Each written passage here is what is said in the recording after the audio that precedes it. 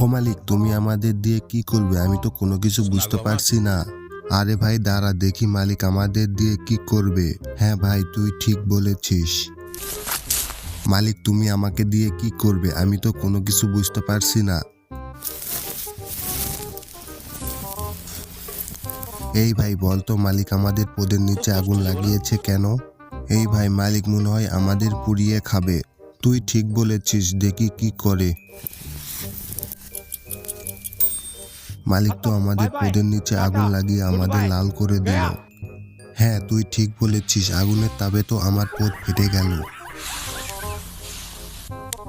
মালিক, তুমি আমার মাথায় এইভাবে বাড়ি দিচ্ছ কেন? কি করবে? আমি তো কোনো কিছু বুঝতে পারছি না। বাহ মালিক বাহ, তোমার তো অসাধারণ প্রতিভা। মালিকের জন্য একটি লাইক।